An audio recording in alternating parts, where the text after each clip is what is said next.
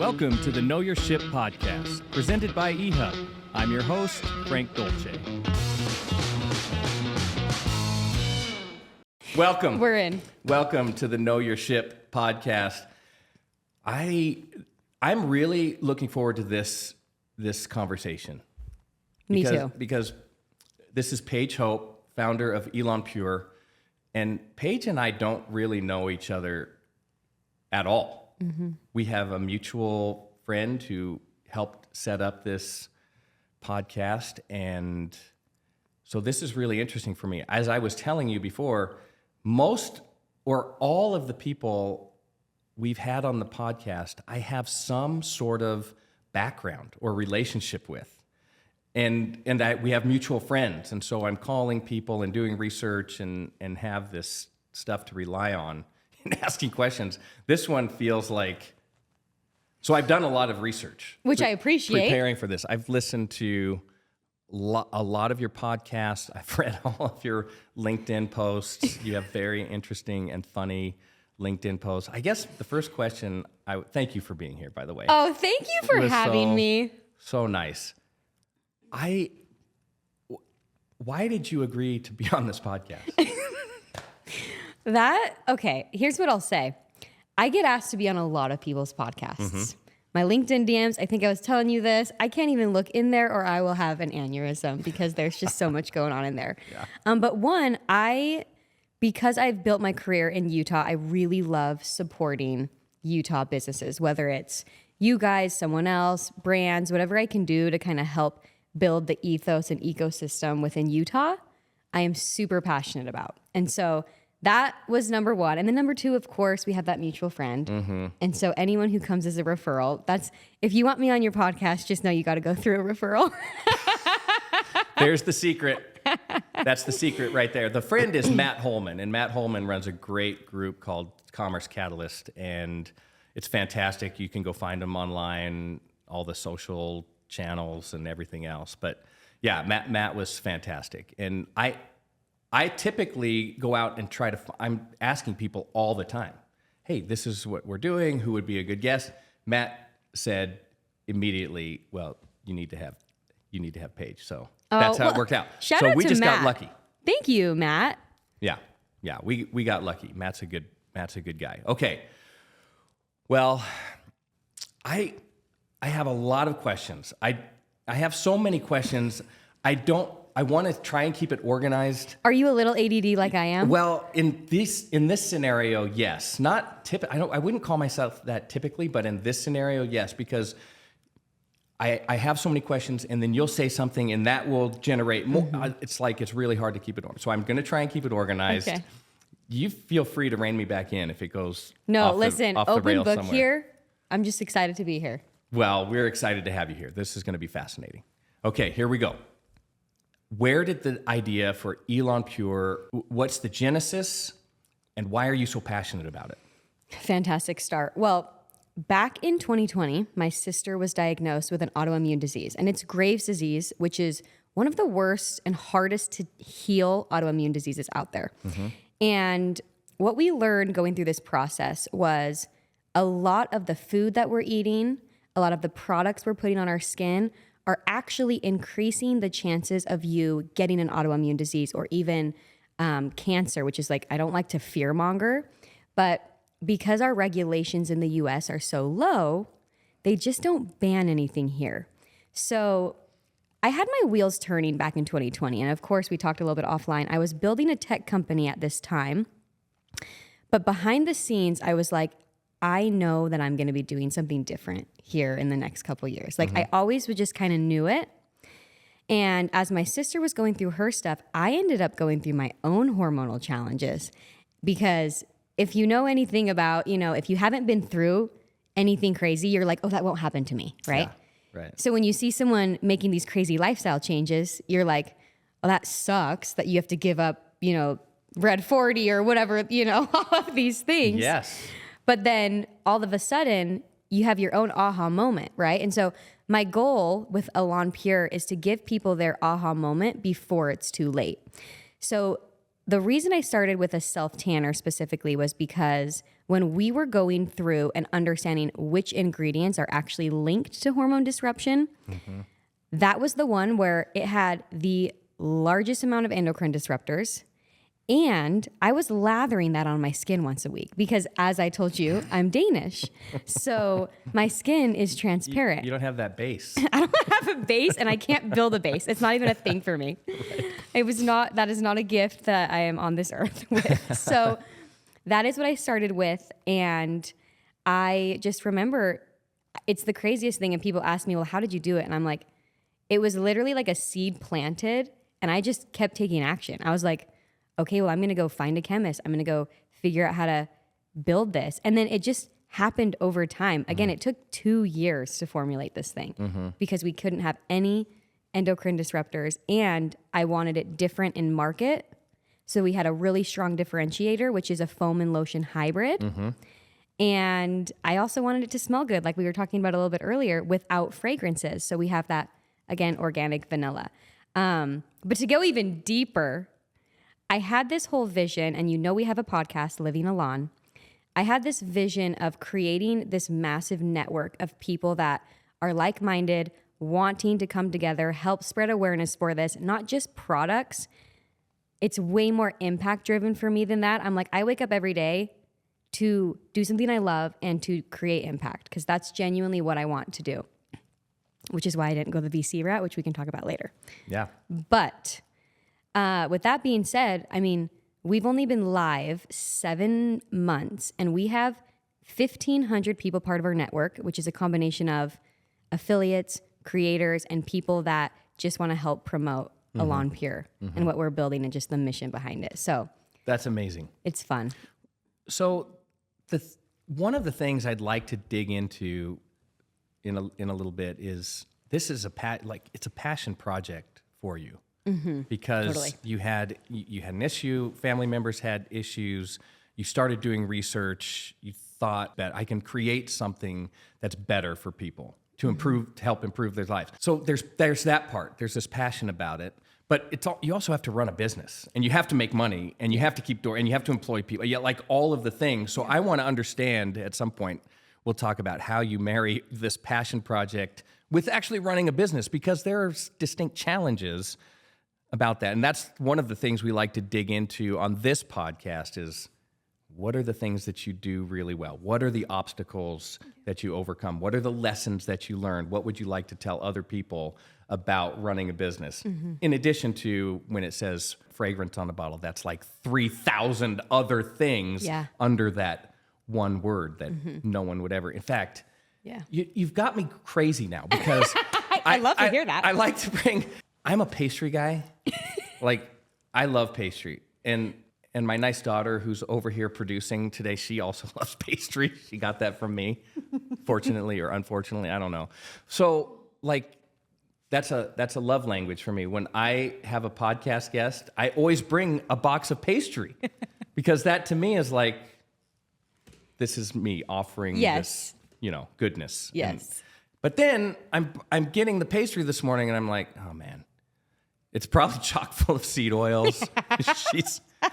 She's gonna look at that and like, do you even know who I am or what I'm doing? So I hope I didn't offend you by bringing the pastry. No, listen, like I told you, I try to live 80-20, right? You still have to enjoy the joys of life. Yeah. And I'm absolutely gonna enjoy this today, everyone, just so you all know.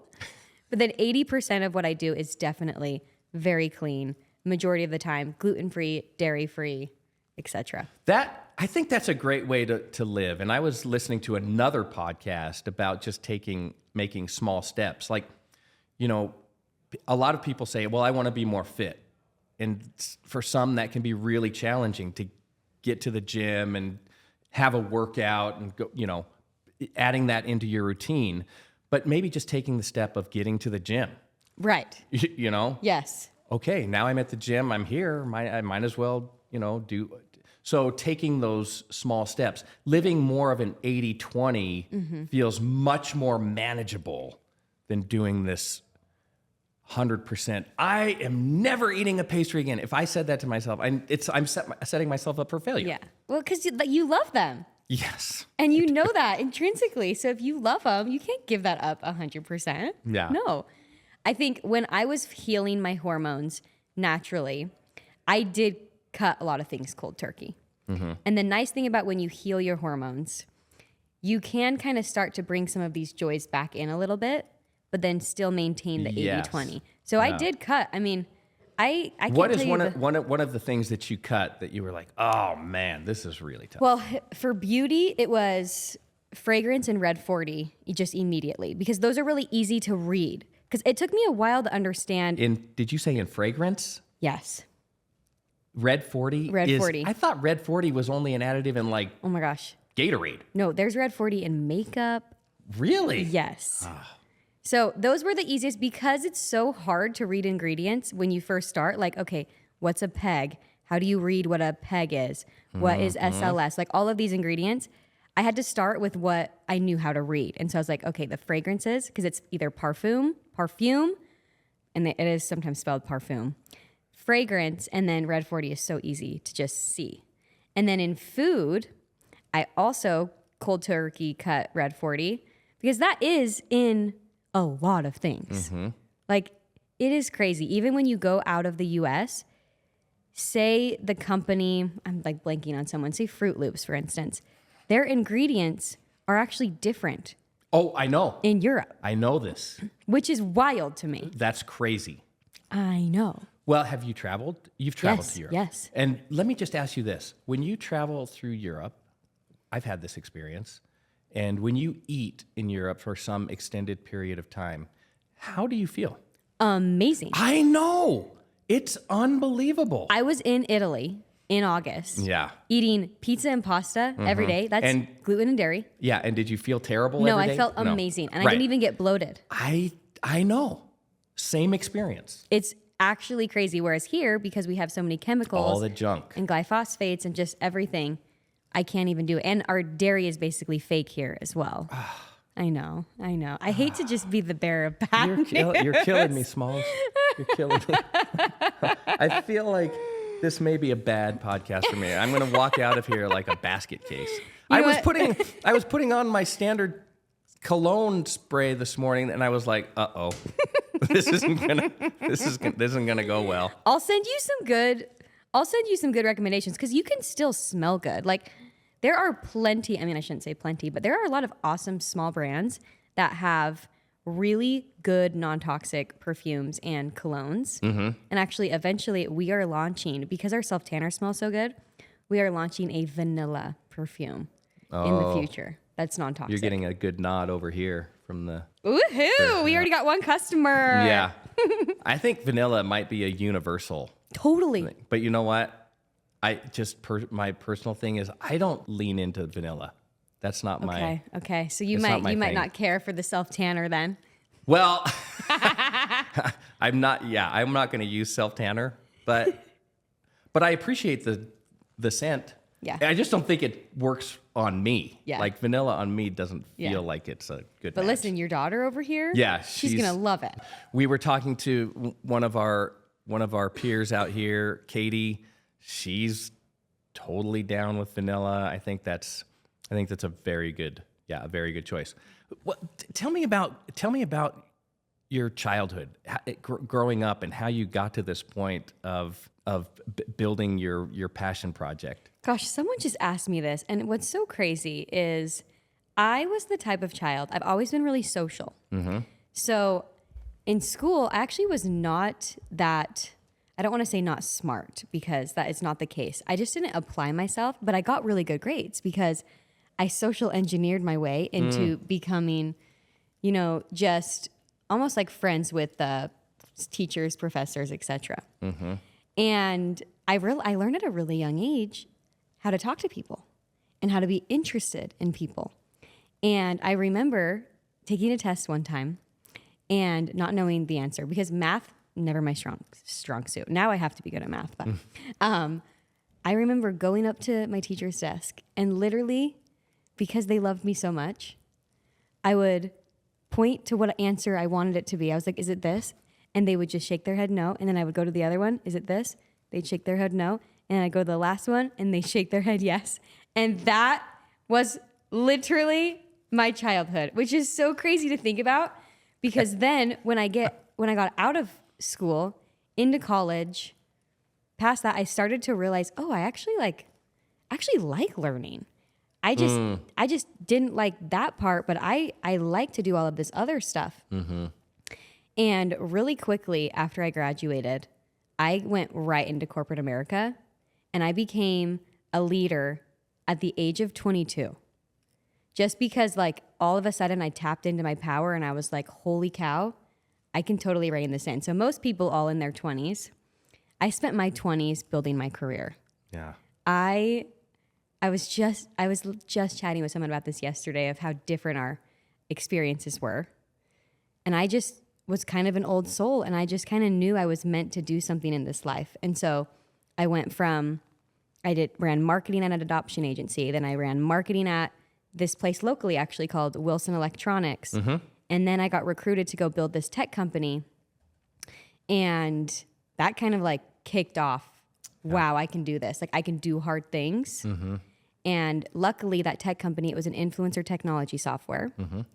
So we ended up getting to work with hundreds of e-commerce brands, gotcha. Which is how I understood and learned about product and how to actually price things, how to work with manufacturers, and how all of this whole thing works, right? The scams of manufacturers, if I can say that on here too. Sure, absolutely. It's a little bit of a slimy business. You gotta rein them in. Yeah. And that's kind of how I arrived here. So what is you said that you leaned into your power or your superpower. What is it? What's your superpower? I am there's a couple things. When I walk into a room, I have a lot of energy. Like before I even open my mouth, people can feel it. And it kind of like commands this presence. And I've always had it, just this infectious optimism.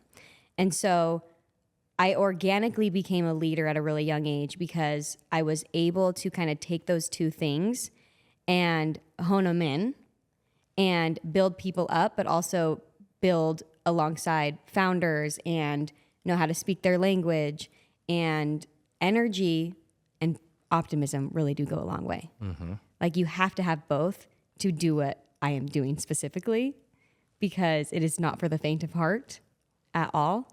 And you also, I think like with the optimistic side, you're going to have a bunch of failures. It's just the reality. You can't get to where we are without it. So when you have the optimistic mindset, you don't dwell on the things that are failing, right? Mm-hmm. You just see the future and just keep going. You learn from it, but you can't sit in it for too long. I think a lot of founders sit, especially in our early phase, they sit in the failures and they don't know how to get out of this like fog, mm-hmm. where you have to be able to just say, okay, nope, I'm going to stay centered. We're going to get out of this fog and we're just going to keep hustling and we're just going to keep going. So is this energy and optimism and mindset, is this something you've developed over time, or is it something that you just had naturally, you were born with it? And is it exhausting?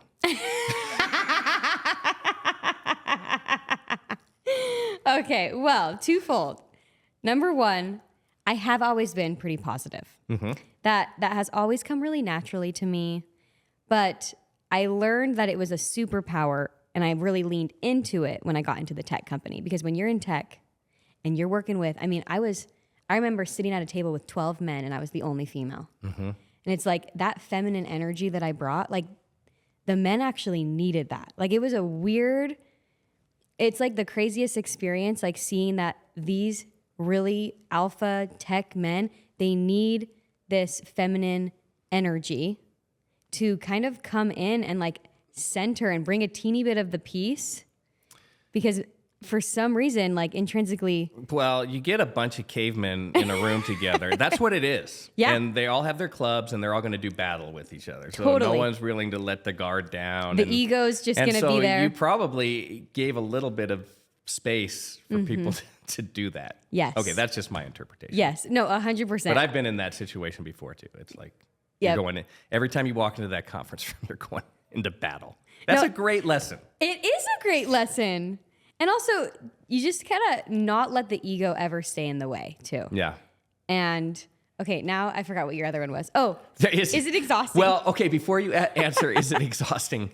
When you were growing up with family, friends, did you have examples of this? I mean, could you look back and say, oh yeah, this family member was always optimistic. When anything went wrong, this is the way he responded to it. Or is there something else that built that foundation of optimism? You know, I do remember I was a little bit of a worrier. And I do remember my mom just always being like, it all just works out.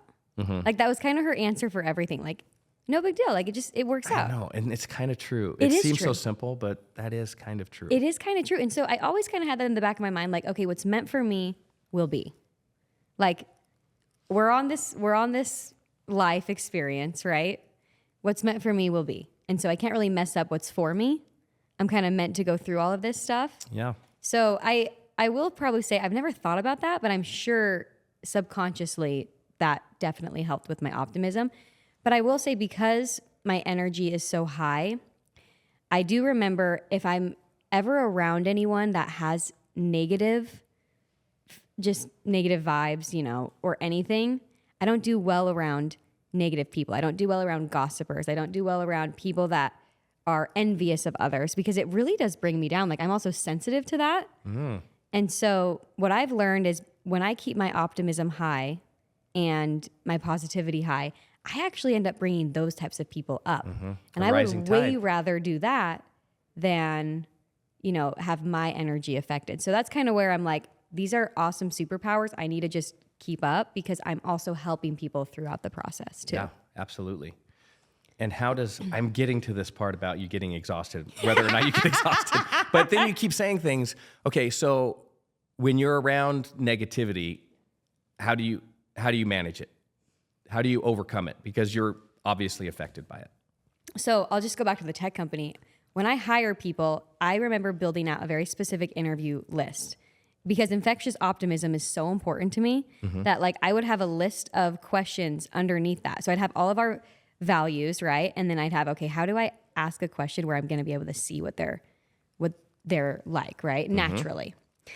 So at one, I would always try not to hire those types of people that are negative because that is cancerous and that I think it ruins companies. I really do. Like you're preaching to the God. You're preaching to the choir here. I don't want to forget this. Okay. We'll put a pin in it and we're going to talk about culture at some point, running the business side, because to me, it's supremely important. I almost ask all of our guests, culture versus strategy, and it's 99% of people are like, it's culture. Yeah. Culture is the most meaningful. Okay, I interrupted you. No. Right in the middle of your deep thought. Maybe this is the point where we can go to, okay, so is it exhausting being so optimistic and energetic all the time? No, because it's intrinsic. Like that's why I say it's like infectious and intrinsic. Like, but also it's my lifestyle. So a lot of people, you get tired, you get exhausted when you're not living a healthy lifestyle, when you're not taking care of yourself, when you yourself aren't confident and have, it sounds really cheesy, but if you don't love yourself like so much, there's always going to be a little bit of you that compares yourself to others. And comparison is the thief of joy, right?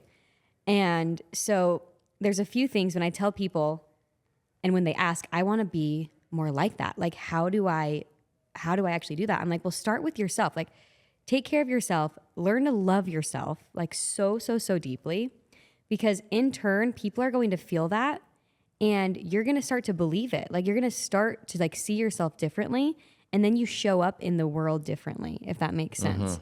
And so the only time I ever get really exhausted is if I'm ever speaking at an event all day, talking to people all day.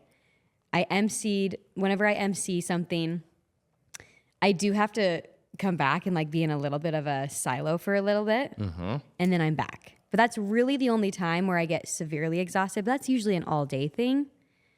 I mean, the reality is if you're optimistic, you're bringing other people up, which is not only going to bring them more energy, but their energy is then going to bring you better energy. So it's just that domino effect. So it's like you're just recharging your own battery. Totally. All the time. Your energy is just recharging your own battery. I'm going to mess this whole thing up, but as you were talking about that, I'm reading a book right now, and it's about Marcus Aurelius, who was the great Roman Yep. emperor. You Yep. you may know all of this stuff already, and one of the things that he writes about is, I want to say it's Antisthenes is the author who said, essentially he was saying, if you want to see the good in all things, look first inside. Look into, discover yourself first. It feels very much like what you're talking about. Yeah. Like the philosophical times. Yes. Yes. Yeah. Yeah. And I think that's really meaningful. Maybe we try to lean on everybody else too often rather than, wait, what am I bringing to the table? Exactly. If there's poor energy in the room, is it poor energy in the room, or am I poor energy and I'm contributing to what's happening out here? Yep. If you were to make a list of the top 5 things based on what you've learned over your experience with Elan Pure and this journey that you're on, top 5 things. This is kind of putting you on the spot a little bit. Most important things you could do for yourself. It could be anything: health, fitness, mentality, spirituality. I don't care what it is. This is. I am a very deep thinker. That's the other thing is people see me and they're like, oh, this like blonde, bubbly girl.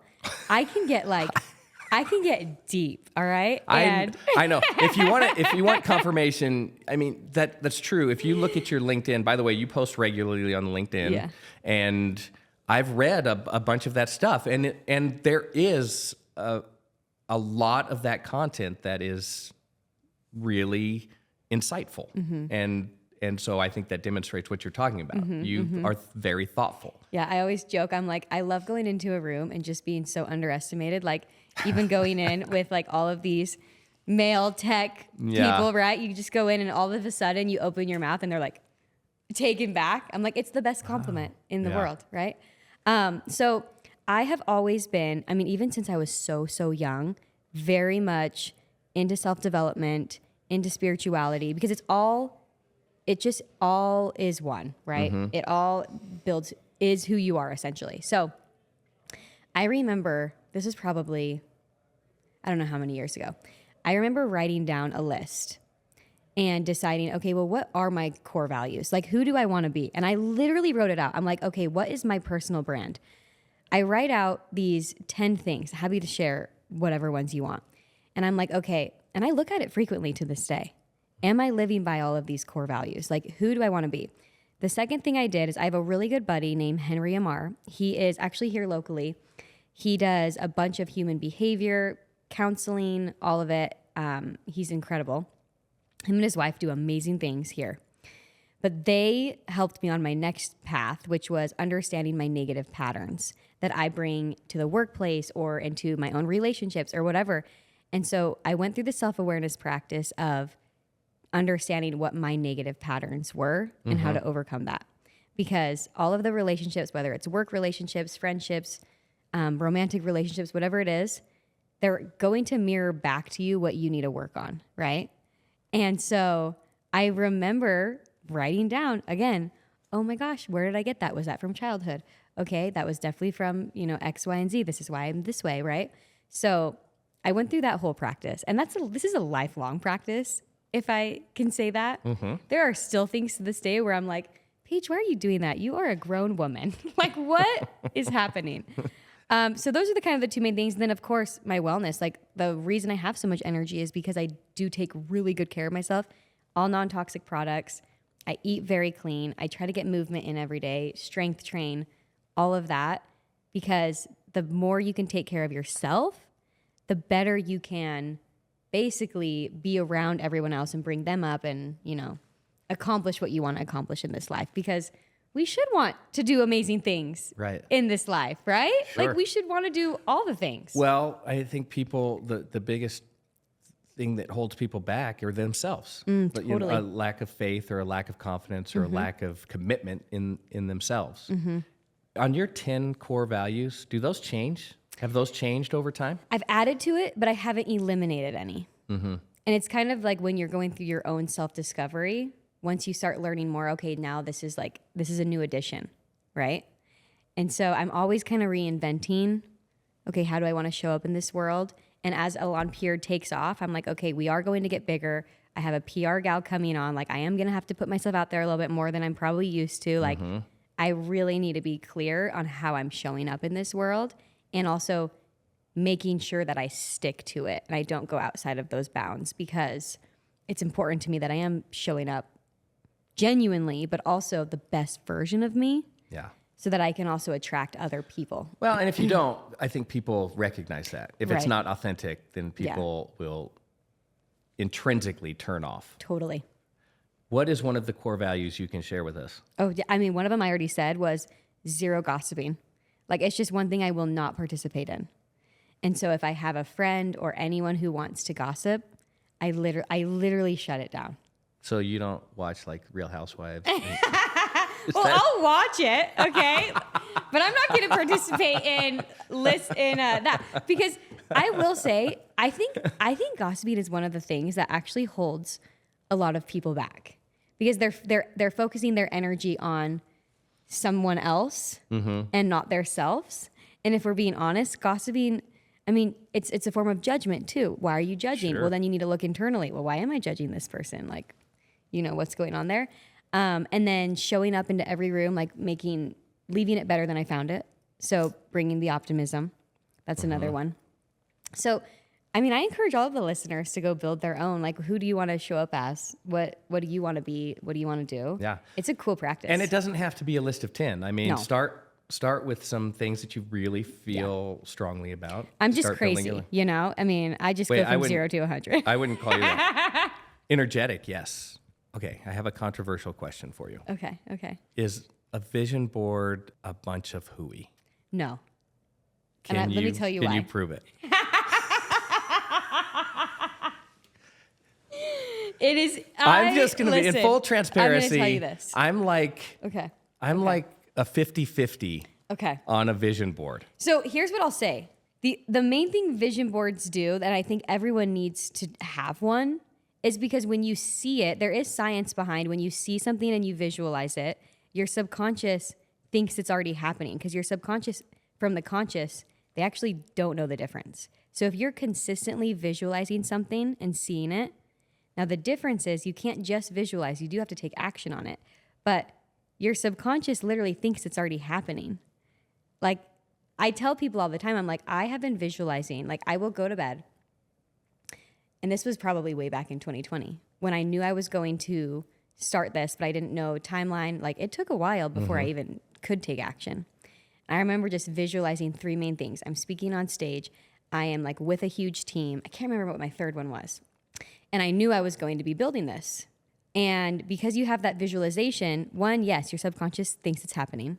But 2, somehow you start taking action because your brain already thinks it's happening. And I swear, you just start taking action on the things that you're supposed to take action on.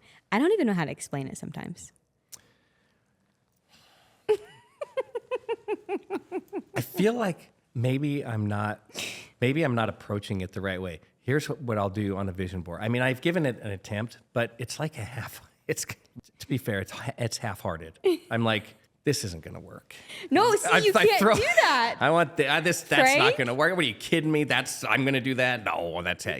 So You it's can't on do the that. vision board, but it's like I've already discounted. It's not happening. But that's where your subconscious, like, if you believe it, that's when it comes true, Frank. So don't do what he's doing, everybody. Do what I'm doing.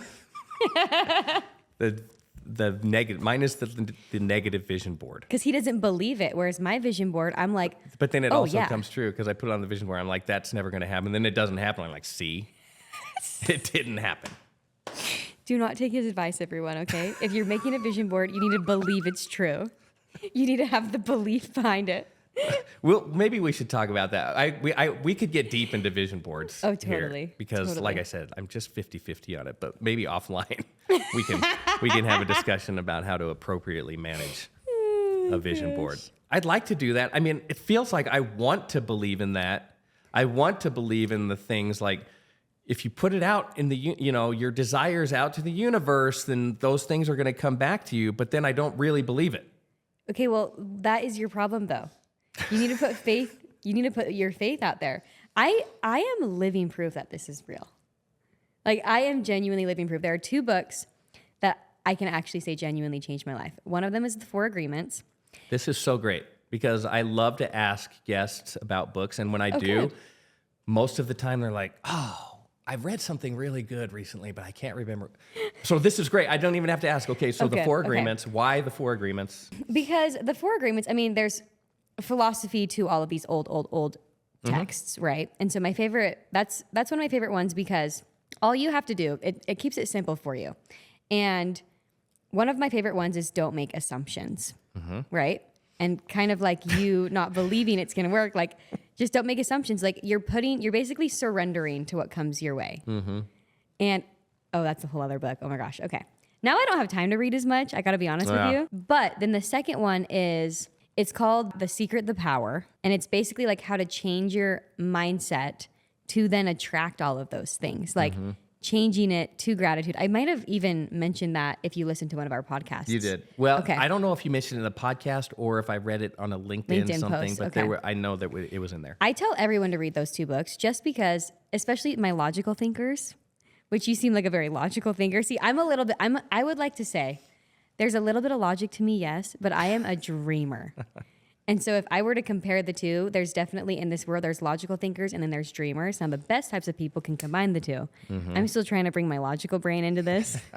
I'm mostly in the dreamer. Yeah. But those are probably my 2 favorite, but it's a practice, like especially for logical people. It's hard because you're like, no. Because it's not logical. It doesn't feel logical. Right. It doesn't feel like, yeah, okay, I'm going to put this on this board. Yeah. And then I'm going to manifest it, and then it's gonna show up. It's gonna, it doesn't necessarily feel logical. Right. So but when you look at the science behind it, like quantum physics and all of it, they're starting to come out with crazy studies about all of this stuff. It is interesting because I think all of us, we probably have a set of beliefs that people would say are crazy, but they seem very real to me. Correct, yeah. And then I have the set of beliefs that you manage completely differently that I think are crazy, but you're like, no, it's absolutely true. Right. No, I know. That's what makes humans so amazing, though. Like, we're all just so different. Yeah.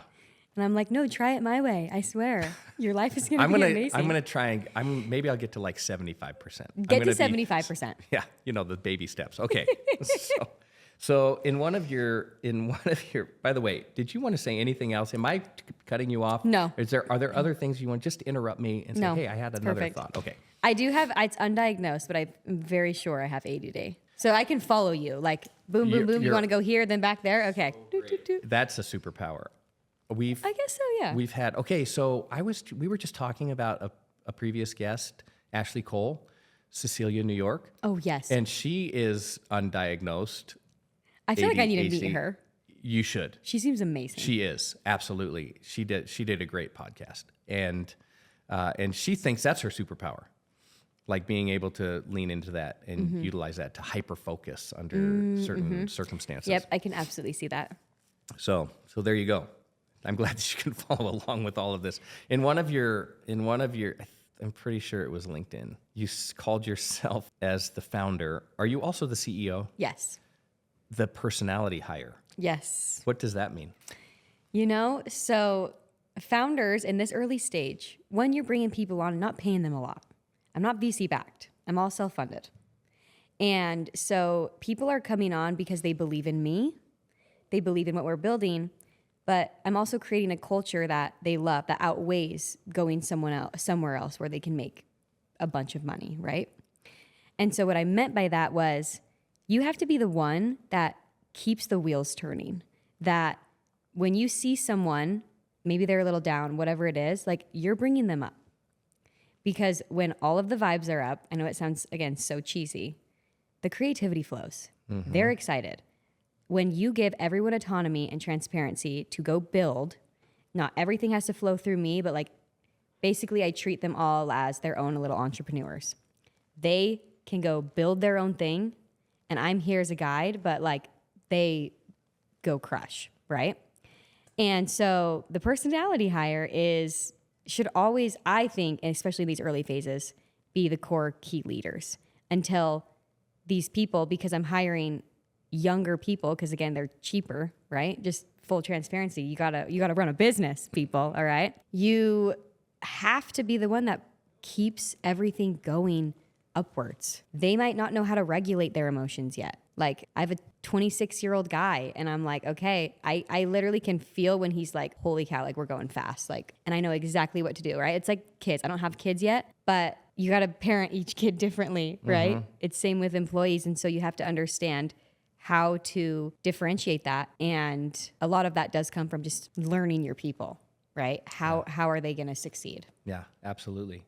Well, we're getting into this thing that I wanted to talk about of building a business that you're passionate about, but also running a business and how you marry those two things. Because some of the stuff that you're talking about, like 2 years in development, sourcing the right ingredients, working with different, I'm going to call them chemists, but trying to find the right formulations. That's great. But that feels like that could be a very time-consuming and expensive process to get to a product. And so even with all the joy and optimism and energy, like you're like, I can't sell a $500 bottle of tanning lotion, like, or self-tan.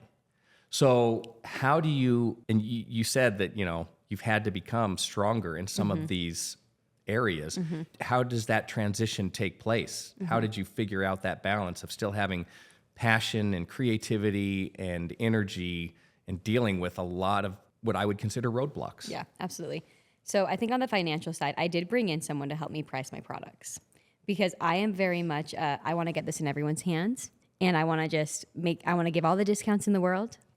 And I want to give away free product. Yeah. That's just, and so I knew myself well enough that I had to bring on someone to kind of help go through all that process with me, go through our wholesaling pricing. But I will say the tech company, we ended up building overseas more than we did in the States, which gave me a lot of connections. And so I am doing the same thing, which not a lot of brands do. Brands haven't quite gotten on to hiring overseas talent, and margins already for brands are kind of low, right? Especially because it's like, okay, you get all the sales, now you have to purchase more inventory. Like, it's just that constant cycle for a couple years. Well, I mean, forever, but as you're building, it's crucial. And so I've always been really smart with my hires. And I've always known, okay, if we're bringing on X amount every month, this is all I can spend this month, right? And I did put a pretty significant amount in at the beginning, but I'm not putting any more in. It's all just funneling back into the business at this point, which is amazing. So my first hire was just a contractor. I knew the branding was super important. And so I focused on things that I knew were going to make sure that we had longevity. And so I was not about to bring on any full-time people at the beginning, which that's a lot of mistakes that brands will make, VC or not. They don't want to do the crazy hard work at the beginning. Yeah. So they're wanting to just pass it all off. And I was like, okay, I've been in marketing for so many years. I'm fine to just handle some of this right now, or be smart with some contractors and whatnot. So I got my branding really, really good with a contractor to start.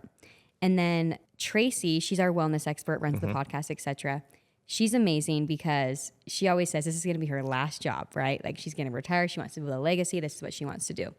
And so she came on, and I told her, this is all I can pay you in this moment in time. Now it's going to go up, but this is all I can do. So I've had to be really strong on what I can pay. And then I also stick to my word, though, is as the revenue grows, I do give increases. So like, we are all growing together, and that's why I think they stick with me. And then so again, I have 2 full-time employees, and then the rest are just contractors, but my other full-time is in Serbia.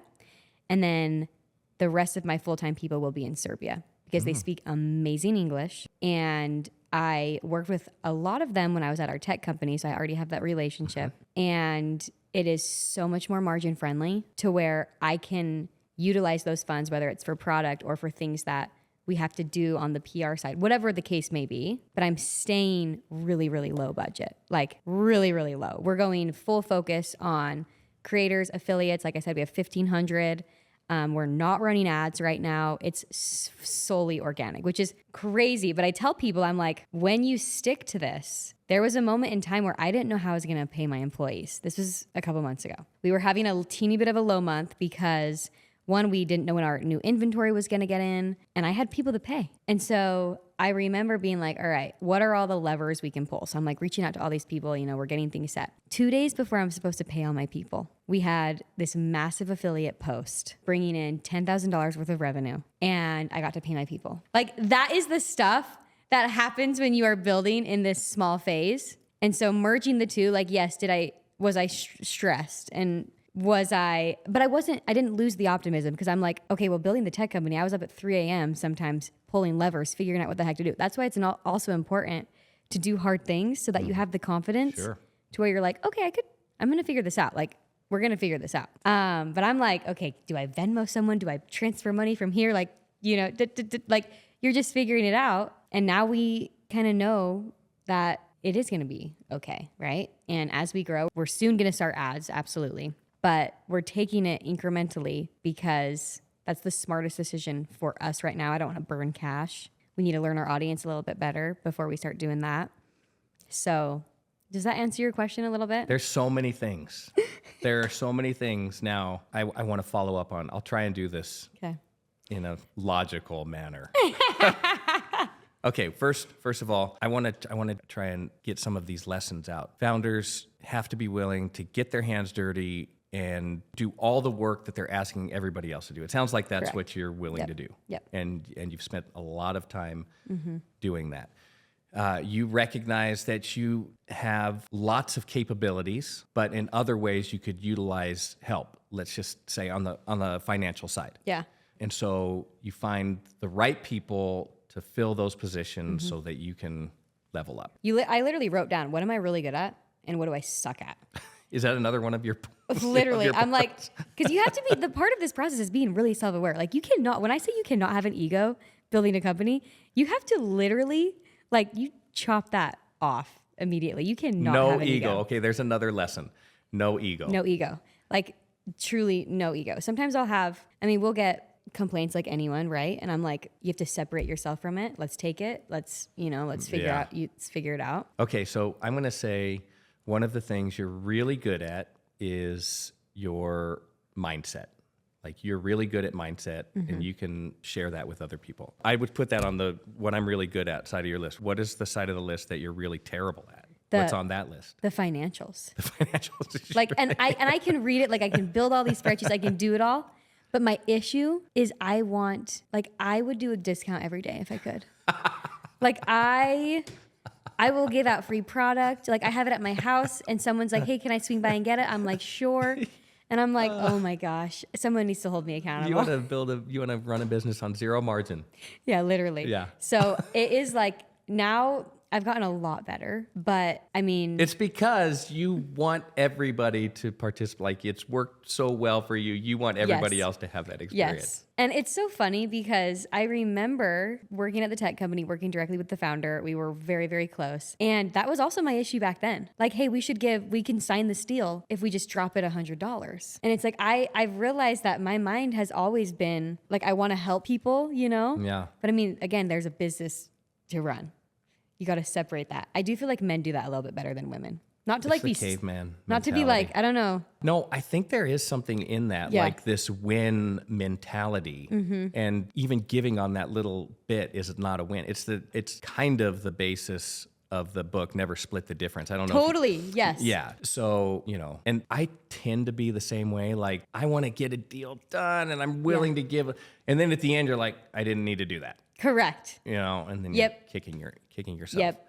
I think all of those things are really interesting, but you're specific about the people that you hire and how meaningful that is for the company. So you want people who are engaged, who believe and culturally fit. Why is culture so important? Because the culture that you build, and it does come from the top, it absolutely does.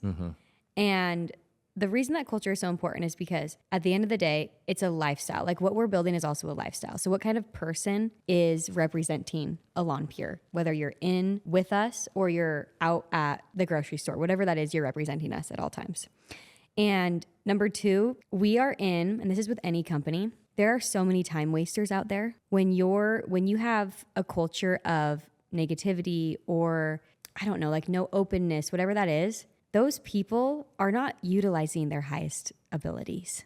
They're just not. So when you develop a culture, and I always talk about autonomy, transparency, optimism, all of that, because those are like the core that makes us. And I take this, and this is because I've had a long career, but I took what I hated about corporate America, and I was like, okay, I got to do the opposite of that. And then I took what I loved about it. Any good leader I've ever had, any bad leader, whatever the case is. And I remember I always wanted to have my own autonomy. Like I didn't want to have to tell people, hey, I'm going to a doctor's appointment. I'm like, Yeah. No. Like, No, absolutely. we want people that are self-starters, entrepreneurial minded, and they feel like they're actually a big value asset to the company. So autonomy is so huge for me. And then transparency. I mean, I hold all hands every couple months where they know the numbers. So I'm like, we have to hit this number if you guys all want a pay raise. Like, I get that. Like, everyone knows that no one is paid what they should be right now. And we're 7 months in, self-funded. Like, that's the reality. I also wasn't paid what I was worth working at the tech company. But that also doesn't matter, right? Like, you're building something. And so you also want to hire, you want that culture. And it's a big red flag to me when someone comes in and asks about what are the benefits, perks, all of this. It's like, that's not my people. They don't want to build. Like, they don't want to be part of something. That's not, that you're not going to fit here. I agree with you, but let me just ask you this question. What if you could hire a CFO who through his or her work would grow the business by 35% next year, but culturally was a little bit of a misfit versus hiring a CFO who culturally aligned perfectly, but growth is only going to be 25%. This is going to be a hot take, and my answer would be different than I think a lot of people's. I would hire the person that I liked better. And I'll tell you why. This is what I chose to do every day. I wanted to be an entrepreneur. I wanted to build something. I wanted to create impact. I don't want to never not love my job. If I am not paid X amount that I wanted to, it's not growing at X amount that I wanted it to. It's still growing, right? It's still growing. And that's why my mindset is also different, because if I went the VC path, I'd have to hire that CFO. I'd have to be growing at X amount, where I do believe I can still be growing at that regardless, because again, you're still hiring really, really capable people. Like, my team is so capable. It's absolutely crazy. Like, the things that they tell me, especially my gal in Serbia, I'm like, she's growing us on Pinterest like crazy. And I'm like, I would have never done that. And she's just like this hustler. But because they see how hard I work and what I'm willing to do, they're going to do that. So why bring in a CFO that's going to disrupt that, and then everyone else's energy tanks? I don't necessarily think the company would grow at X amount for my specific. Are you discounting my scenario? Listen, the truth is, I'm not discounting. I agree with you. Yeah. Because what happens is that CFO, your good people are going to start leaving. Correct. Because they don't want to work with that guy. No. And the culture suffers. So it was a little bit of, you managed it perfectly. It was the perfect answer. Good. One of the things that you mentioned as we were talking about this that I thought was really interesting is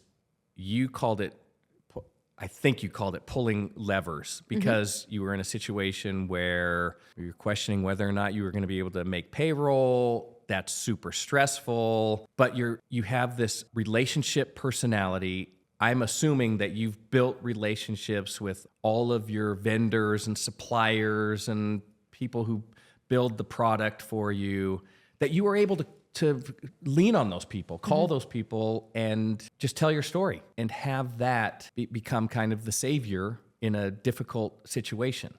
And the reason I mention that is I think we don't give enough credit to building relationships in the businesses that we run. Amen. 100%. And that has been super powerful for you. Is that innate, or is that something you learned during all of your experience? I think I like connection regardless. Like, I'm genuinely curious about humans, and I like to learn about them. But mostly something I learned early on is you cannot do anything alone. You can't do anything alone. You have to have a network of people that support you and back you. you don't know if your chemist's daughter has a connection on a cheerleading team that might need 25 bottles. Like, you don't know what thing is waiting for you on the other side. And the reason that I'm very picky with all of my vendors is because I want them to also be bought in on what we're building. Because the more that our vendors are bought in, they're going to go the extra mile. And I know this because even at the tech company I was at, we had the tech solution, but we were also an agency. And so I remember the smart ones would build relationships with us.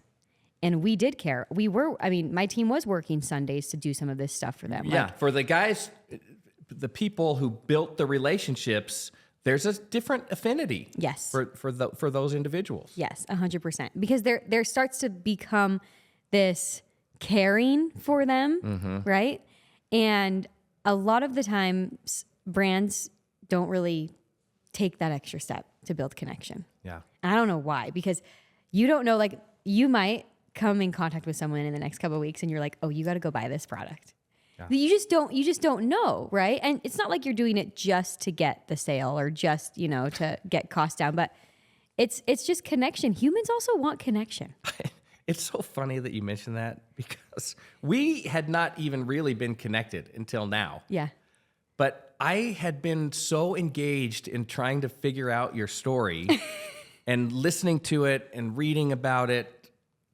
Maybe I already felt a connection. In the gym this morning, I said, hey, are you guys familiar with Elan Pure? So I'm dying. That's amazing. Wait, did you manifest that? I mean, did you reverse manifest something on me? Like, oh, I'm sure it's on the vision board somewhere. I don't know what just happened. But that's true. Yeah. That connection is super meaningful. That was a very Lego Batman moment for me. Do you know Lego Batman, the movie? Mm-mm. Okay, listen. Seems I important, don't recommend a lot of things. I do recommend a lot of things, but I don't recommend a lot of things. But Lego Batman is one thing that you have to watch. Okay. It's going on the list. It's life-changing. And here's the lesson Lego Batman learns. Okay. Lego Batman is very much like, I'm going to do this on my own. The lesson that he learns at the end of the movie is, I can't do it all on my own. I'm a much better Batman with Robin and all of the people around him, even the bad guys. Oh, that is an interesting, because you need challenges to become better. Absolutely. Well, there wouldn't be a Batman without the Joker. Yeah, that's actually true. I would say to any young person that's listening as well, when I was building my career, and you might have seen this on LinkedIn because I do talk about this a lot, I was always a massive giver. Like, I was building relationships when I was really young. Like, how can I help you? What do you need? And it wasn't because I wanted something, but I wanted to learn. Like, again, I wanted to become better. I wanted to help people. I've been a giver. And I do think there are a lot of takers in this world. Like, what can I do to take? And they don't get outside of themselves to give. And I always say, I don't have a lot of time for service, but I do believe that the more you give, the more you receive. So I always put out there, I'm going to help someone, whether it's like a quick intro, whatever it is, because now my network is really big. And that's literally, whenever I put something out there, I swear it just comes. And so I swear every other day, I'm like sending intros, like helping people, whatever that is. But it is because now a lot of other people, if I need something, they're like, oh my gosh, I'm so happy to help. Absolutely. Right? And that is part of the relationships too, is you might not see the outcome for a few years like me, but they do come. And people appreciate that. And they remember the feeling that you gave them. And so that's just something that I always recommend to anyone in their career. Like, don't just be a 9-to-5er. Like, if you want to go anywhere, you can be a 9-to-5er if that is your dream in life. But like, don't see yourself as just a 9-to-5er, go to your job, leave, whatever. Like, no, like, try to genuinely learn people and connect with people and build relationships, because you don't know who you're going to need in the future. I agree. But we also all have self-interest. And so there is a little bit of this, I'm going to get what's mine mentality. And especially, I think, for super competitive people, that's a hard thing to overcome. But you can, I can especially see that in your personal life, in your personal relationships. When you figure out The more that I give, the more that I receive, it's really a valuable lesson. Do you think you can accomplish that in the business world as well? Do you think that you can create a company whose mantra is we're going to give, but we're still a business. We're going to give. And because we give so much as a business, it's going to come back to us. I mean, I believe I do run my company like that anyways. Like our team, I always call it a beautiful integration. I do not believe that there is such thing as work-life balance. I don't think there's balance in anything. There's a scale. What scale is completely balanced? There's just not one. And so I always call it an integration. And there's harmony, right? Actually, Tracy, who works with us, she always calls it work-life harmony. And I call it's just this beautiful integration where I'll have someone from my team someone might be sending me TikTok ideas or like random things. They're always like on the lookout because it's this integration that they have. It's not just a job. And so I think the mindset shift for a lot of people is how do you start seeing your job as something that you can integrate within your lifestyle, right? And yeah, are you going to have to go through the crap in your 20s potentially and figure it out? Like, yes, there's definitely a growth period where it's not super fun. You have to prove yourself. You have to figure out, what you want to do. But once you get out of that, you can have work-life harmony. Like, you can have this beautiful integration. And that's kind of a little bit off of what you just said, but that's just kind of where my head went because I think not enough people think that you can have both, but you absolutely can. It's just a matter of your mind. Yeah, and maybe it looks a little bit different for everybody. This kind of balance. Okay, earlier you were talking about positive influences and negative influences in your life, in your work life, maybe in your personal life as well, and how you took those lessons and decided these are things that I'm really going to focus on. These are things that I'm not going to do. Can you share some of those things with us, like the positive influences you had in your life and some of the negative things that you just decided, I'm not going to do that. That's not a way to run a business. Yeah, I think, this is how I like to start everything because your business, like I said, business and personal is a beautiful integration. So before I get into the business side, I reevaluated my inner circle. Like, okay, who is going to actually help support me and get me to where I need to go? I have very, very big aspirations for Elan Pure, and I had to reevaluate who my circle is. I don't want to be the smartest person in the room. I want to make sure that I'm continuously with people that are going to uplift me, make intros, but also like be there for me, but have a really good attitude. They don't have time for the garbage, right? And so whenever anyone goes through this next phase of your life, you do end up having to say goodbye to some of these people that were part of the old version of you, if you will. Sure. And I've always looked back and tried to reflect on, okay, they were in my life for a purpose. I always say season, reason, or a lifetime. And it's okay if they don't go with you into that next chapter, right?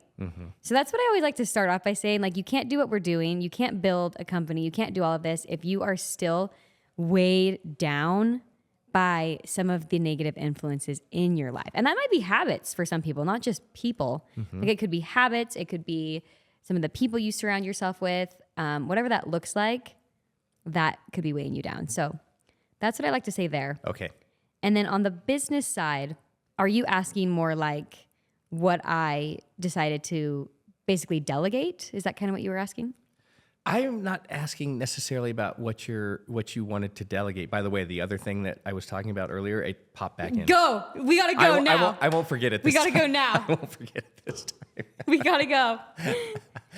I was asking about things that influenced you as you were a 22-year-old in the workforce and you had these experiences. You mentioned something about experiences with Leaders. And positive and negative experiences. And I was curious about what were some of those positive experiences, what were some of the negative experiences? I would say anywhere from like 22 to say 28. There's a lot in that little gap, right? So I don't know who's going to be listening to this podcast. We have I will share it, hundreds of thousands of listeners. But anyways, so I'm going to say start with the good. And there were a couple of things. So this is why I always talk about the strengths and weaknesses of men and women. We are different. And I think that's important to just know. Sure. And my friend Henry Amar that I was telling you about, there's masculine and feminine energies, and it's all about the polarity. Like, how do you go into both? And actually, men and women should be able to do both. Like that is like the polarity that we talk about, when to tap into your masculine energy, when to tap into your feminine energy. And so I remember having a really amazing female leader, really young in my career. And so I learned a lot of amazing things from her, like the empathy side, really being diligent, making sure what you're presenting is like really sharp, really tight, like some of those awesome things, right? But the one thing that she did lack was like, she didn't push me, right? She was very careful with her words. And so sometimes when you're too careful with your words, you don't know if you're getting critical feedback or positive feedback. Does that make sense? Sure. And so I took that, I left there, boom, okay, I go to another company. I work with this very alpha male and zero filter, right? It's like, this sucks. You need to fix that. He's like really pushed you. Like, and I will say I actually needed that. Really? Because I do think I was more sensitive, right? Because I was also pushed into these leadership positions really young. And so I had to figure out on my own how to become a leader. And I do remember being like, okay, how do I merge the two? Because he did push me. Like I feel like I am the way I am today because he played such a pivotal role. Like pushed me to be, I remember him being like, you have to get better at finances. He's like, you have to. And I'm like, okay, like I don't have a choice. Like, right? Yeah. Whereas the other leader probably would have been like, okay, let's like chat through this. Like, do, right? There's definitely a middle ground because I'll tell you what, there were times when I was like, I want to freaking punch you, man. Like, I can't, I'm going to quit tomorrow. Like, sayonara. So there's the both that you kind of have to. And so that's why I just bring up those two because they are the two that I actually do feel like I've merged. Yeah. Like her empathetic side and her thoughtfulness and methodicalness with her actions and words, but then bringing this, hey, feedback is a good thing. More direct. And also like, if you care about your employees, you should want to help them grow and also show your team that feedback is really good. You shouldn't be just getting all this positive feedback all the time because that means you're not growing. I would add to that, especially under the scenario where you feel like you're being attacked, is as the individual who's receiving the attack, maybe trying to understand that somebody is trying to help you along the path. And so it's also, another thing back to philosophy, it's not the act, it's how you feel about the act. Oh, spot on. Yep, that's spot on. And so if you take that as, wait, this is my opportunity to improve, then you can manage it much differently. And that's part of culture too, like bringing people on and explaining that, right? Sure. I mean, it's still something I do struggle with because I'd never want to put anyone in the position that he did put me in. Like, oh, some days I'd be in freaking tears, kid you not. But like it pushed me and I got thick skin. And so I'm so beyond grateful for it. But I never want to put someone in that position. But granted, I don't want to be on this side either of not giving the feedback enough. Everything. Yeah. You're kind of touching on it, but it's really unclear and yes. Yeah. But there is a balance. There is. There is a balance. There is. Absolutely. Okay. Back to the big question. Oh yeah, I'm excited. I can't believe. I knew this would happen. This happens to me all the time. I lose focus. We start talking about something else and then it pops back in. So we were talking about giving. And one of the things that I think is really interesting about what you do is you'll talk very explicitly about, let's just take TikTok, for example, about a marketing strategy or program that really worked well and all of the steps to take to incorporate that kind of program. Like that's valuable knowledge. And you just put it out like, here's what we did. Yeah. Here's how it worked. Okay, so there are a couple of things about that. One is I appreciate that. I appreciate the willingness to just share with everybody else. This is what we're doing, and this is how it worked. But the other thing is, like, you're talking about doing a post daily and doing live TikToks and all of these things I would never, ever consider doing. And I know we're different businesses, and maybe it lends itself in your business more, but it feels like that has been super meaningful for the company, and you find it super meaningful. So I want you to educate me Okay. about that whole process. About TikTok. Yeah, because that's not me. I don't even have TikTok on my phone. I actually feel like, can I just say, you would do amazing on TikTok. Even if you just put these clips, or do you guys not put these clips on TikTok? Alexandra, do we put these? Yeah, we put these clips. Okay. You're darn right we do. Of course I we do. actually feel like your personality would dominate. And so like building, But I don't dance well. Like You I don't have to Wait, when I think that of was TikTok, 2020 it's like- TikTok. TikTok is different than now. It's evolved. Okay, all right. I have never once danced on TikTok. I want you to know. Well, Never once. Maybe I haven't seen any of the TikTok stuff that you've done, but you do kind of do a little dance on one of your posts. Was it Instagram or something? It's kind of a little dance, but you're just getting yourself into position for it like was a the photo. vision board one. Was it? Was it? I don't know, but there is a little. there's a Okay, little maybe something I there. do. Maybe I do. Okay. Maybe that's where the authenticity comes in.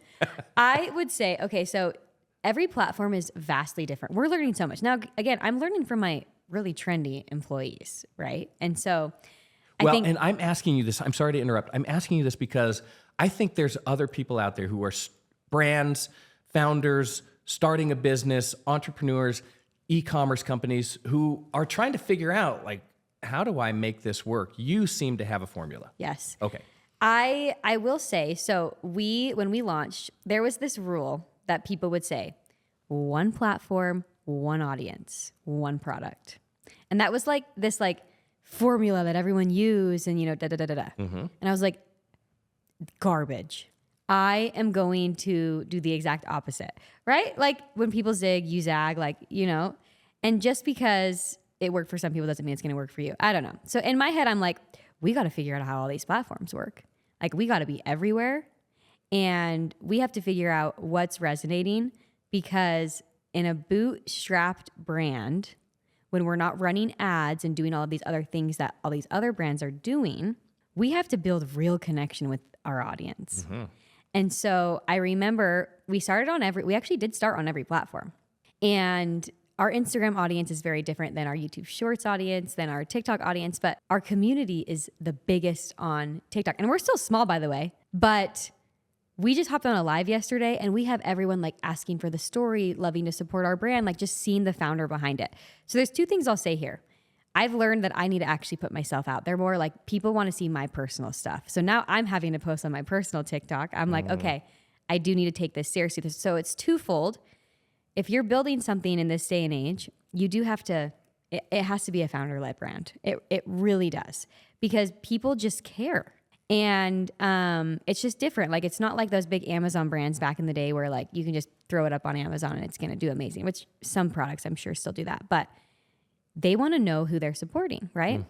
And so on TikTok, we kind of learned there's a few different things that we can do to build that connection.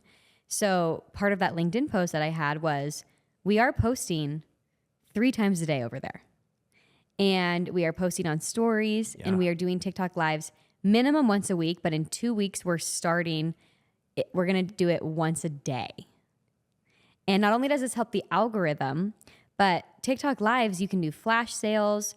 You can like pin your products so that people can purchase right away, like whatever that is. Now, the downside to being a founder-led brand is they don't want to hear me sell. They just want to meet me and talk to me and be part of the network, right?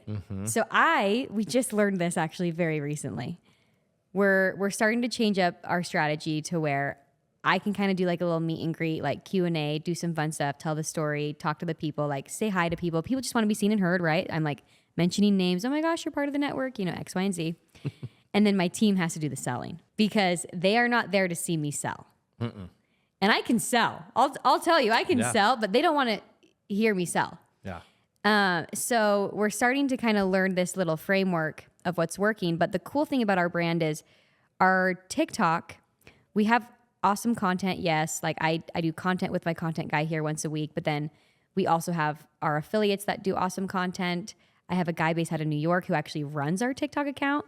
That's all he does. And he models on the side. So again, he's just a contractor. He's amazing, but minimal spend, which is amazing.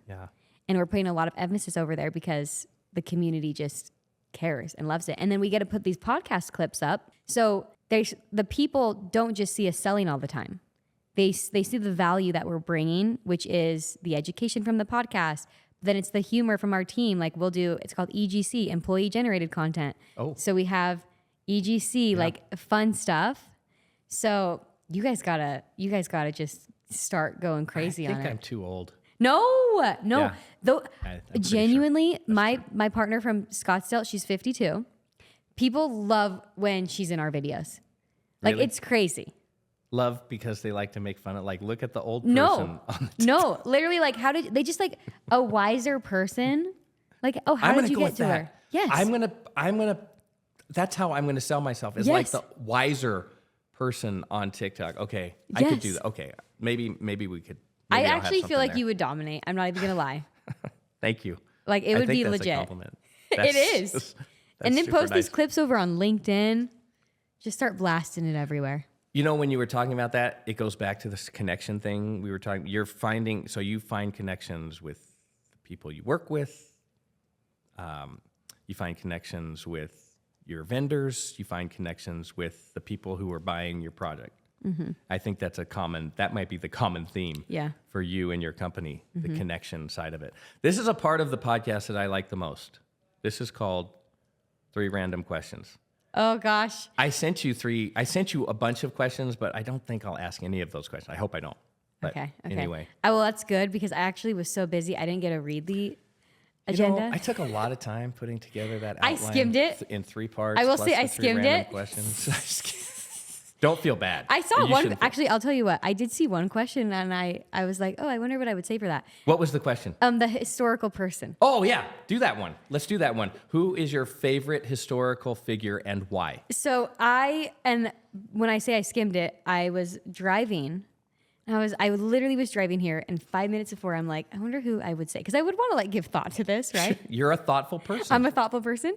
The first person that came to my mind, I'm not saying this is like end all be all, is Einstein's first wife. Okay, there's a book about her. What's it called? Is I it called cannot Einstein's first wife? remember, but basically, she was behind all of his big breakthroughs.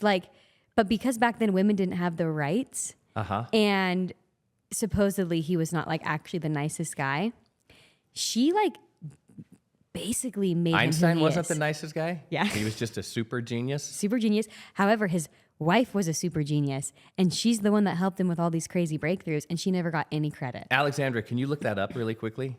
Let us know the name of the book, Einstein's first. You should. So you read would it. want to meet Einstein. That is such a unique answer. It is a unique answer, and it's just the first one that came to my mind. But I'm like, I wonder why that came to my mind.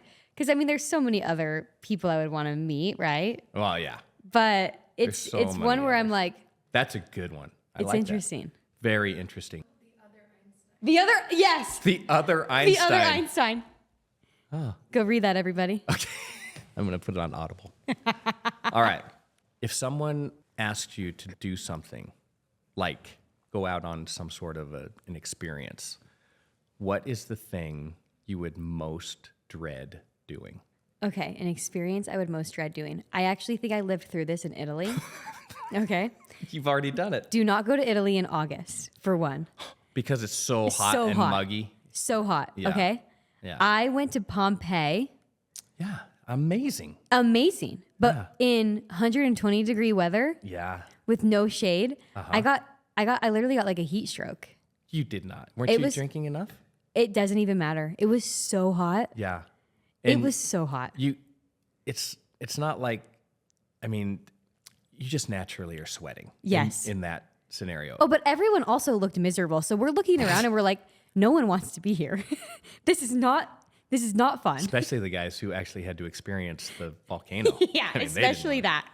But wasn't that amazing? Oh, it was wild. Like when I was back in AC and I could reflect on it, Then it was even better. I was like, okay, I can see that. That is actually like it is a crazy story. So I would say anything that is really, really hot and I have to be walking.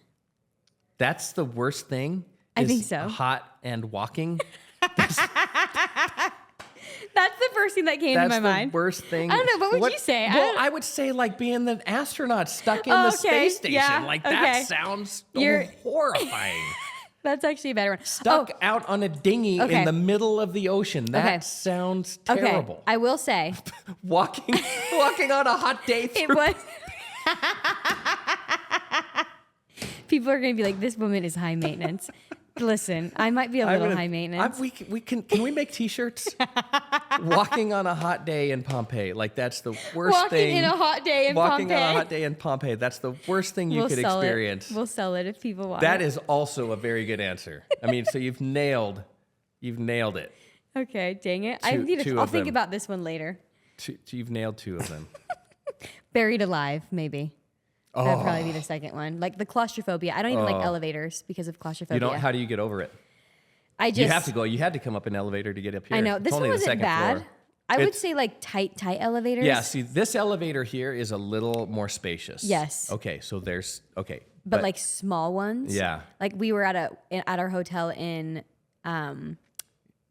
Italy. Yeah, it was a square Italian one. elevators. I'm always looking I for the couldn't. stairway. So I literally, I went up like 6 stairs. I'll do that. And you Same. know what? I count it as my steps. I Yeah. get my steps in for the day. I just do my Hey, stair work. movement is important for energy. Yeah, absolutely. Do you have a good singing voice? No. Tone deaf. I actually wish I was born with that gift. And then I decided, well, I can't have that because then I would be singing all the time.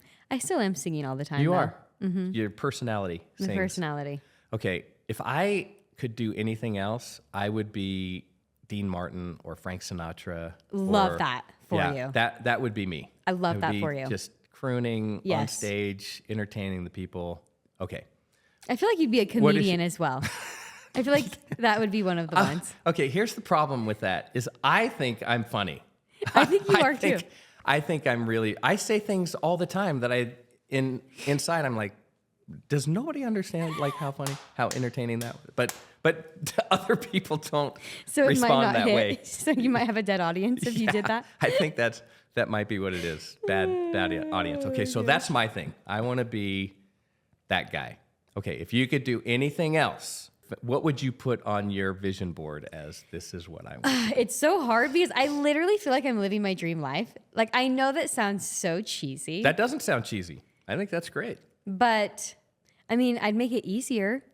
Could I say Would that? you? Would you? Like if that was on the vision board, like easier where I do love speaking. I love like being at all these events, you know, we're definitely going to start doing more events here soon. Like that is where I do love to be. Mm-hmm. So being able to provide experiences for people and live more in that side. That's a tricky one because I do love what I'm doing so much, which I think is like the dream, right? No, that's really good. Right? If you found it, why not? Yeah. Yeah. That's great. It is. I think it is. And yeah, like the perks that come with it. Like I do want to fly one day on a private jet. You don't want to fly a private jet. I don't want You to fly it. I want to be a on it. private- I don't need to own it. Is that on your vision board? It is definitely on the vision board. That would just be like a fun experience. Mm-hmm. You know, like just cross it off. Yeah. So some of those big things. I've not done that either, but from what I understand, it's like once you do that, it's very difficult to go back to commercial flying. I do hear that too. But that's the other reason why I want to try it. Are you athletically inclined? I was a dancer growing up. Okay. And so What kind of literally everything. was hip hop your favorite? I did like hip hop. You know, but I will It's say my favorite. I am a little white. I'm on the white side, so I just don't groove as much as I should on the hip hop side. But I was much better at everything else. How do you feel about ballet? I have very strong feelings about ballet. Tell me how you feel about ballet. I was a point, so I did like the point. Oh. So I actually ruined my toes. You can't see them. Can't see under those fancy shoes. Luckily, Yeah. you can't see them. But I prefer to watch it. I was not as graceful. So maybe I wasn't that great of a dancer. If I really think back. I'm like not Now that I think not about gangster it. enough for hip hop, but not graceful enough for ballet. Jazz. Yeah. That was the one that I was good jazz. Okay. Yeah. Yeah. Ballet and I don't mix. It's not a good mix. It's not. I'm picturing you doing ballet right now, and it's I don't want to hysterical. watch it. I don't want to. I get that. I certainly don't want to perform. I don't want to, but I don't want to watch it either. I don't want to sit through a It ballet. is slow. I do like watching the ballet, though. I love Broadway. I love performance. Well, but here's what I can do. Here's what I would enjoy doing. I'll close my eyes and I'll just listen to the music. The That's music good. is the part that I like that. Okay. about the ballet. Like, I guess the other thing I would do is, outside of being like a Dean Martin, I would be Pavarotti. I'd be an opera singer. Oh, that's fascinating. Yeah. That is actually fascinating. You would be a performer. Either way, though, you're a performer. I think we've addressed that. Vocal. Yeah. Which is why Mostly you have vocal. a podcast as well. Yes. That's about to take off. It's literally just on the precipice. It's so close. Okay, we're talking. I'm glad we're talking about this. This is a good segue because we just finished up talking about you found your passion, and now you get to live that every day in your business. You're running a business, growing a business, doing the stuff you're passionate about, connecting with people. Okay, in all of this time, what are the best things that you've done? And well, let's start there. What are the best things that you've done? With Elan Pure. Mm-hmm. Okay. Or what are the best things that you do? I would say, so we, like, on the community side, we have a really big emphasis on that. So we have the fact that we've only been live 7 months and we have this massive network is pretty crazy. So one thing we do really well is connecting with our people, making them feel wanted, making them want to support and back a brand like this. We do education really well. Our podcast, like I said before we started this, Living Elan, is absolutely popping off right now. And it's because we're giving them value instead of just selling product. Now, the beauty of that is it does end up converting because they're building that relationship with you, right? And then the other thing we do really well is we genuinely do have the best product on the market. I'm biased, but the fact that it took 2 years, 16 iterations, it is the only foam and lotion hybrid.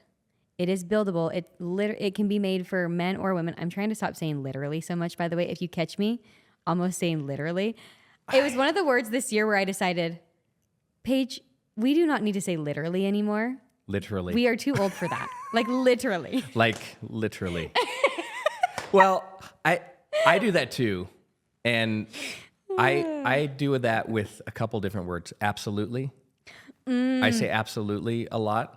And I also say unbelievable a lot. But you know what? Those are better than literally, though. Literally. Unbelievable is a great word because you can say it so many different ways. I'm going to steal that. Like you could say to me, I have a vision. Say, I have a vision board, and I have a vision board, and it's amazing. that's unbelievable. And it also makes the other person feel really good.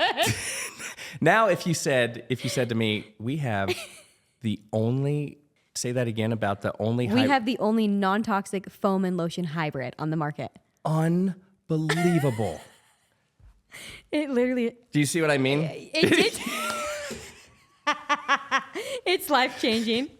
Everyone, if you have another word for literally, I really need to fill it. So please DM me on LinkedIn. Yeah. I need a new word. I tried to do it. It's very difficult when you get comfortable with a word. And it's a filler word. Someone told me So- undoubtedly. They were like, just start saying undoubtedly. And I'm like, does that fit with it? I don't think I so. don't think so either. So, anyways. You may just be able to cut it out in some circumstances. There's a time and a place for that word for sure. Absolutely. See? Absolutely. I can't get rid of it. I just lean into it. Everyone has It's their word. Unbelievable. I'm trying to think of a word this guy that I used to work with would always say. And I'd be like, that doesn't even fit in this scenario. But it was just locked in his brain. And he would always say it. But that's me with literally. You with absolutely. I have a sister-in-law who says at the end of almost every sentence, you know what I mean? And I always feel like I have to affirm, yes, I know what you mean. So everybody has their Oh my gosh. But it's their thing. It at least engages you. You know what I mean? Yes, I do. I know exactly what you mean. It's unbelievable. It's unbelievable. I should say that. I'm going to say that next time. Literally, It's unbelievable how you finish every sentence. Oh my gosh, I'm sorry. Quick sidebar, audience. That's great. That's the fun stuff. Okay, back to the things that you do really well. I love that. I like all of that. Okay, what are the things that you look back and say, I would have done that differently? That's a great question.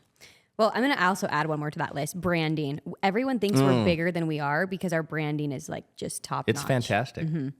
And so I'm going to add that branding is something everyone should make sure they're focused on. But the things that I look back, so I've switched manufacturers quite a bit. And I paid money to manufacturers. I haven't read contracts. I was not diligent in that in the early days. And so kind of burned cash a little bit. So now, of course, but also you don't realize that manufacturers are slimy as they are. So you really do have to find people that you trust and that you like. So if I could go back in time, I'd ask better questions during the manufacturing process. I'd actually read the contracts, and I would really understand what their margins are. Because some of these manufacturers are marking it up by 90%. Yeah, ridiculous, right? It's like, how can a brand be successful at that rate? And then you have to... Well, it all goes back to the consumer, and you're trying to take care of the consumer. I know. But now all of a sudden the price is jacked up. And, right. Yeah. Like, that's what's so sad is we just want to give this to consumers at a decent price. But if we are getting it at a crazy high rate from the manufacturer. So that's another reason why I went directly to the chemist. Mm-hmm. Because when you go directly to a manufacturer, you don't own that solution and formula. Yeah, right. So the chemist, I know exactly what's in my formula. And so that's one of the things that I would recommend. Another thing that I would do if I could go back in time, I would have built my personal brand earlier, because I'm just now starting to on Instagram and TikTok, where I should have been doing that. Like LinkedIn, for some reason, writing comes so naturally to me. Like I love sharing my experience. It seems to just flow right out. It just flows. Yeah. Whereas get me on camera and I'm like, my video guy's always like, Paige, you need to say that in about a minute less than what you just said. And I'm like, okay. How? How am I supposed to get all of that great content in a minute less? I know. He's like, you're really, he says I'm long-winded. And I'm like, okay. That's good feedback though. Again, we built a culture like that. So he can give me feedback as well. It's real talent to be able to say what you need to say in as few words as possible. Correct. It's hard to do. It is. Especially when you feel so strongly about what you're doing. Yes. I can feel the pain that you go through. I do the same thing. It's real. So that's the other thing, is just start my personal brand a little bit earlier. Do you think starting your personal brand would have led to credibility, or why is that important? I wouldn't necessarily, credibility, yes. I've just learned now that we're doing all of these TikTok lives and getting my face kind of out there a little bit more, I'm just learning that we could have had more customers earlier. Like, people just are really resonating with my personality, with what I'm doing and building. I feel like I could have not had as big of a headache as I did in the early days if I would have just bit the bullet, started building and doing the content that I should have been doing earlier. Mm-hmm. But it's dedication. And back then, even still today, you're building. When you're building and your head's down, you don't come up very often to see what's going on. That's another good lesson, is that you need to poke your head up every once in a while and look around. Yes. And I do think personal brands are very, very important. Like, very, very important. Be careful what you're posting online. Oh, that is a great lesson. Mm-hmm. Like, just remember that everything stays there, and then what you want to be known for. Mm-hmm. All the work that you did building a group of followers, has that translated into dollars for the business? I absolutely think so. Now, here's what I tell people with marketing, because I've been in marketing my whole career. You always have to look at the contribution margin. You can't just say, okay, this is our ROAS for ads. This is, X, Y, and Z. Like, you can't, that just doesn't work anymore, because it takes people, some people say 12 touch points, some people say 8, some people say 20. It takes a lot more touch points now for someone to make the purchase.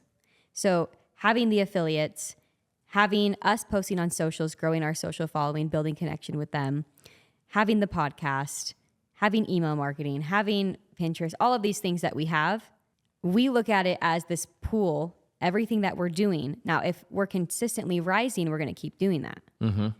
But so many people, they might see, oh, email is not doing what we thought it was supposed to be doing, so we're going to stop doing email.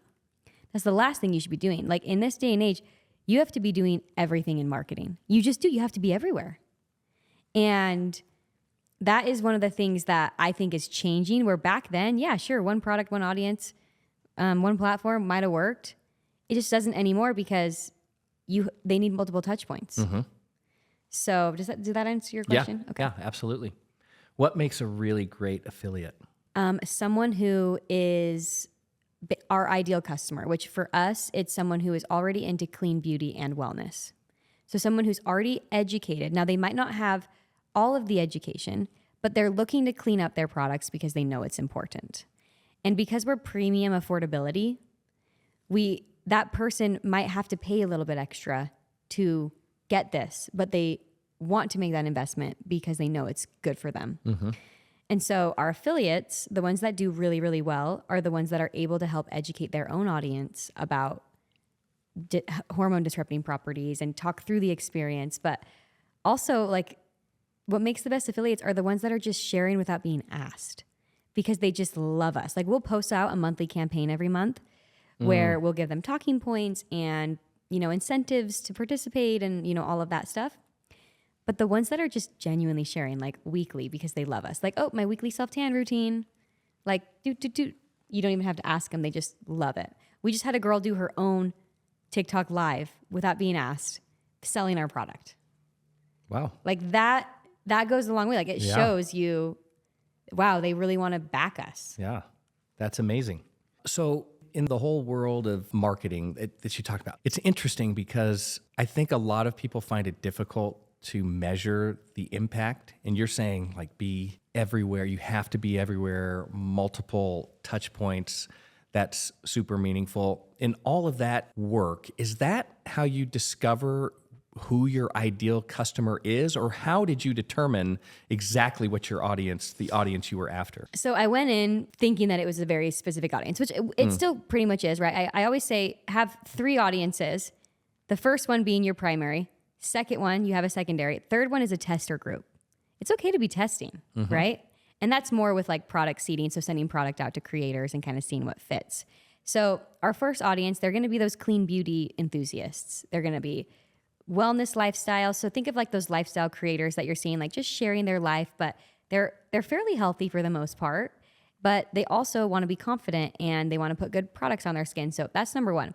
Our secondary audience, they're the people that have no flipping clue, but they use self-tanner. And everyone, like all the people that love beauty. But they don't know that the self-tanner they're using Correct. could be potentially harmful. So these people, the first audience should be the audience that is a really easy sell. They're looking for a product. They're looking. Yeah. This second one is, okay, they might be listening to our podcast. They might be seeing our content. It might be a little bit of a longer sell, but we want to educate this group. Like this group is our passion project because we want to change those people's lives. And then the third group might be tester groups. Like we're always testing like cheer squads, like just a bunch of random, if people reach out to us, we're like, well, let's maybe send them product. Like we'll see, We don't pay influencers. We don't do that. We just do affiliate deals. But always have at least the 2.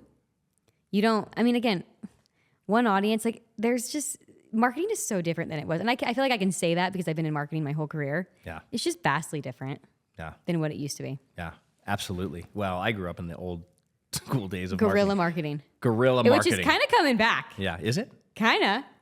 Yeah. I feel like everything it's a circle. Cyclical. Yeah. It always comes back. It always comes back. I think I saw recently, like you remember, you're probably too young. Do you remember Flashdance? Nope. Flashdance was like the beginning of like the leg warmers and the sweatshirt that was enormous. I know exactly what you're talking cut about, off and though. off the shoulder. Yes. Like I saw one of those things the other day. Yes. Oh, it's all, yes. Totally. Like that's coming back. Oh, I can't What even is keep track. something, this is a different random question, but what is something that should never come back? What is some style or something that should never it come is back, and I'm very mad it's back, is the low-rise jeans. I don't think low-rise, I guess I should ask your daughter, do you like the low-rise jeans? Okay. Wait, why don't you like low-rise jeans? I just For don't women or think- for men? For women. I just don't think they're flattering. Like, I feel like it's not like holding you in, you know? Nope. I don't know. That is what I didn't want to come back, and it's back. And it's here. back. It's here to stay. But do you have to participate in it? No, I'm not participating. Okay. I feel like once you hit a certain point, like I feel like you don't Low-rise jeans, that's have good. to, you know, like I feel like if I was still in my 20s, like early, like I'd have to, you know, try to be cool and trendy. But now I'm like, okay, I can just dress me with like Yeah. a little bit of trend, you know? Yeah. And I Be can you. get away with it. I hope that the super baggy clothes never come back. Yeah. I wore that stuff, and I thought that was, but now you look back at like whatever, the hammer pants and the massive things, everybody It's looks probably so coming crazy. back. Just remember, it's probably I hope coming it back, but we don't have to participate. That's the Yeah, beauty. we're not going to participate. Okay, where are you headed? Where is the company headed? Well, we are, because I have my wellness expert. She has already formulated products before, so we are going to get into the wellness space. And when you say wellness, define Supplements. that. Okay. And can you divulge like Yeah, I can. any? Of course. Okay, and so Listen, what? I tell my team, I'm like, if there's something I'm not supposed to say, you really need to tell me because it's like if it's in here, it's coming out. It's coming out. Yeah. So, well, we have a face tanning spray that is coming either end of February or early March. So we're going to finish the tan line, and then the wellness. So it's all about hormones as well. So what we're doing is Elan stands for energy and confidence. So all of our products that we release will basically lead to that and help you have more energy and confidence, whether that is part of the beauty or it's some of the wellness stuff. So the wellness products that we're going to be coming out with, we're going to have a few. They're going to be not capsules, but what you can put in water.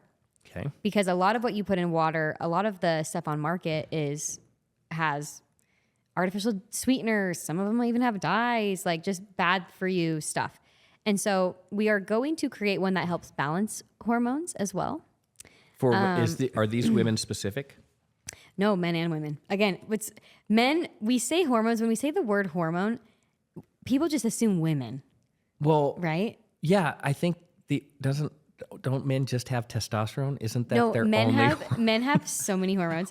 That's the crazy thing. I'm pretty sure I'm right on that. It's just We'll let you. Sometimes ignorance is bliss, and I do believe that. I actually do believe that. Sometimes I wish I didn't know as much as I know about like seed oils and stuff, because now I'm like, well, Yeah. I can't unlearn that. yeah. I don't know anything about seed And oils, but stay just that listening way to you now, right I'm now. like, does this have seed oils, and how is that going to affect me? Is this inflaming Am my I going to body? get inflamed? Yeah. Oh my gosh. So I don't even remember what you were saying. Oh, where we're going. So we are coming out with that. Okay. We have the So hormonal balance Yep, products. Yep. Okay. And then we have the non-toxic perfume. Yes, and we were talking about that. Yes. Yes. And so you're going to come out with your own, but that's the vanilla. Yep. Right? Okay. And then I very can't tell you nice. 2026. I know You I have can't. stuff? Oh. We have stuff planned for 2026.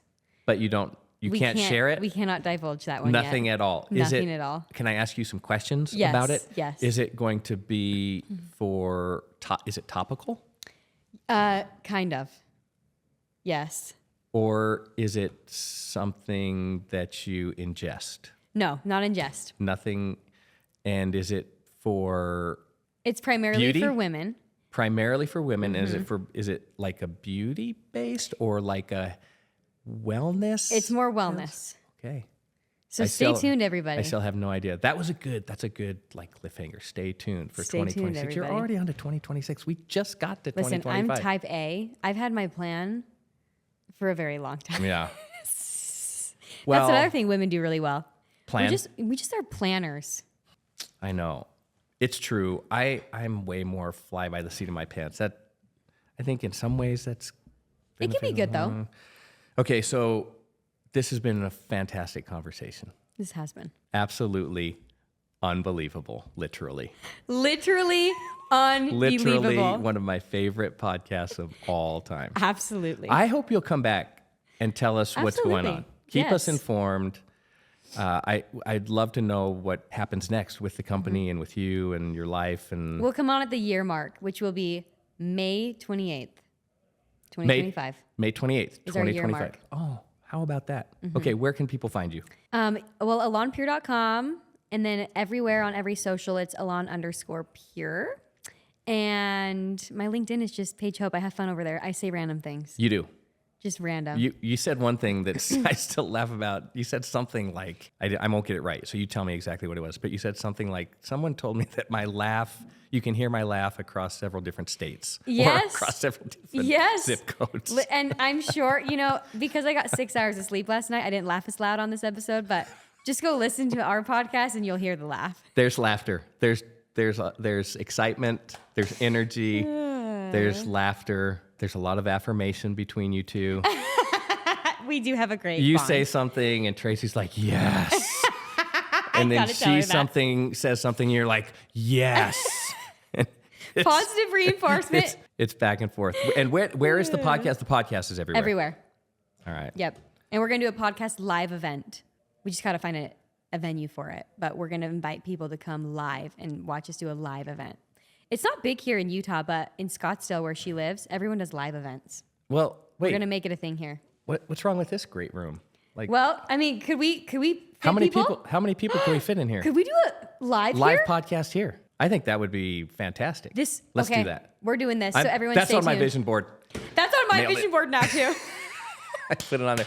Paige, you're amazing. You're fantastic. I am not going to lie. I had this thought in the back of my head, like, she can't be that optimistic and energetic. I'm going to see how this goes. And then it's like, it's true. It's authentic. Listen, It's real. God gift or So not, I good don't for know at you. this point, Way to but go. We are here today. I feel like spending this time with you has now made me want to level up. I love that. Yeah. What a great compliment. Except I'm not giving up pastries. And make sure Don't you give them up. take It's one. the 20%. I will take one, everybody. Elan Pure, Paige Hope, you're fantastic. Thank you so much. Thank you for having me. Thank you for listening to the Know Your Ship podcast presented by eHub. Don't forget to subscribe and leave a review.